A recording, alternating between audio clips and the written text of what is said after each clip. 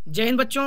आज मैं आप सभी को बोर्ड एग्जाम में बार बार पूछा जाने वाला प्रश्न माध्यक को माध्यिका के नाम से भी जानते हैं, तो आइए इसके बारे में जानते हैं।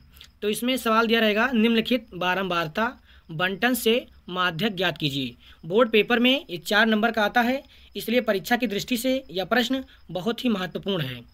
आपको वर्ग अंतराल और बारंबारता दिया जाएगा जैसा कि प्रश्न में दिया गया है। आइए इसको हल करते हैं। तो इसके लिए आपको जो प्रश्न दिया गया था वर्ग अंतराल और बारंबारता, उसी को हम कॉलम बना के लिख देंगे। तो ये आपका आंसर रहेगा। कॉलम बना दीजिएगा और उसमें जो प्रश्न दिया गया है उसको यहाँ पे लिख दीजिएगा। आइए पहले हम समझते हैं माध्यक या माध्यिका होता क्या है। माध्यक को माध्यिका के नाम से भी जाना जाता है। कभी कभी प्रश्न में माध्यिका निकालने के लिए कहा जाता है, तो आप लोग इसको कंफ्यूज मत होना, दोनों एक ही है, ये दोनों सेम है। अब हम समझते हैं माध्यक या माध्यिका का सूत्र क्या होता है। सबसे इम्पोर्टेंट इसका फार्मूला ही है, तो फार्मूला को हम समझेंगे। फार्मूला याद कर लीजिएगा आप लोग। फार्मूला में आता है यल के बाद में आता है n/2 - CF, और इसको ब्रैकेट में कर दीजिएगा और बटे में रहेगा यफ, और इसको h से गुणा कर दीजिएगा। ये इसका सूत्र है, आप लोग इसको याद कर लीजिएगा। अगर सूत्र याद हो जाएगा तो सवाल को सोल्व करने में आसानी होगी। अब हम समझेंगे यल क्या है, n/2 क्या है, CF क्या है, यफ क्या है, h क्या है।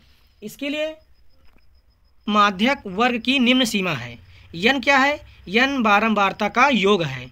h क्या है, वर्ग माप है। CF क्या है, संचयी बारंबारता है। यफ क्या है, बारंबारता है। आइए हम इसको समझते हैं। हमने इसको लिख लिया है। अब हम निकालते हैं CF, इसको हम कहते हैं संचयी बारंबारता।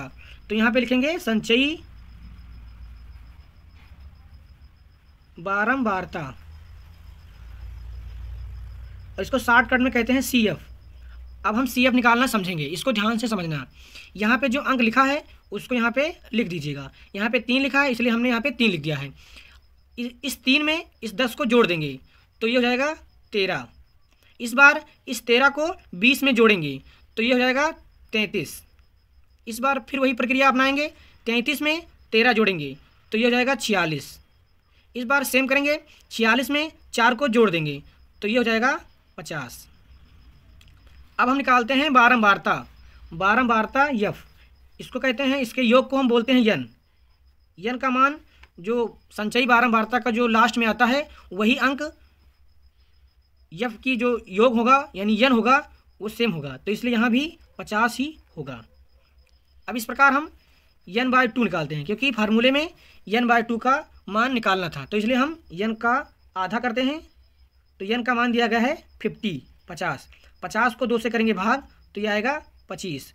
अब हम देखते हैं कि 25 संचयी बारंबारता में किस कॉलम में आता है। तो यहाँ तक तो 13 होगा, 13 के बाद और 33 तक, यानी हमारा जो नंबर है 25 संचयी बारंबारता में इस कॉलम में आएगा। तो इस कॉलम को हम ध्यान से समझेंगे। अब इस कॉलम को हम अंडरलाइन कर देंगे, क्योंकि CF, यफ और यल का मान इसी कॉलम से निकलने वाला है। तो इसको आप सभी ध्यान से समझेंगे। अब हम देखेंगे यल क्या होता है। तो जो वर्ग माप दिया गया है, जो उसका लोअर लिमिट है अर्थात 40, तो वो होगा यल का मान, यानी यल का मान मालूम हो गया, यल का मान 40 होगा। 40 और 55 का जो डिफरेंस है, अंतर, वो होगा h। तो h का मान 40 और 55 का अंतर यानी 15 होगा, और यल का मान होगा 40। अब हमको 2 मान मालूम हो गया। अब हम समझेंगे CF क्या होता है, यफ क्या होता है। तो हम जानेंगे कि CF क्या होता है। तो इस जो 33 दिया गया है इसके जो ठीक सामने है ये होता है यफ, और जो 33 दिया गया है इसके ठीक ऊपर ये होता है CF। अब हमको मान मालूम हो गया है। अब सभी मान को फार्मूले में रखते हैं, फिर हम उसको हल करेंगे। तो आप लोग इसको ध्यान से देखिएगा। यल का मान हम लोग जान चुके हैं, यल का मान आया है 40, तो यहाँ लिखेंगे 40 प्लस n/2 का मान हमने निकाला है 25, तो ब्रैकेट में लिख देंगे 25।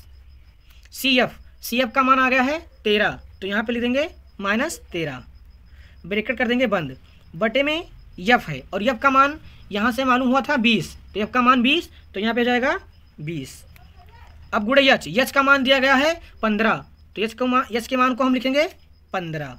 अब इसको सोल्व कर देंगे। 40 प्लस 25 में से 13 माइनस कर देंगे तो यह आएगा 12, अपान में होगा 20 मल्टीप्लाई 15। इसको हम काटेंगे, 5 से काट दीजिए, 5 चौके 20, और इसको भी 5 से काट दीजिए, 5 तेई 15। अब इसको 4 से काटिए, 4 एकम 4, 4 तेई 12। अब यहाँ 3 गुणे 3 बचा और प्लस 40।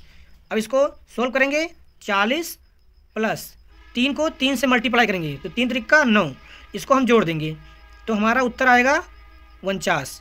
ये आपका माध्यक और माध्यिका होगा। धन्यवाद।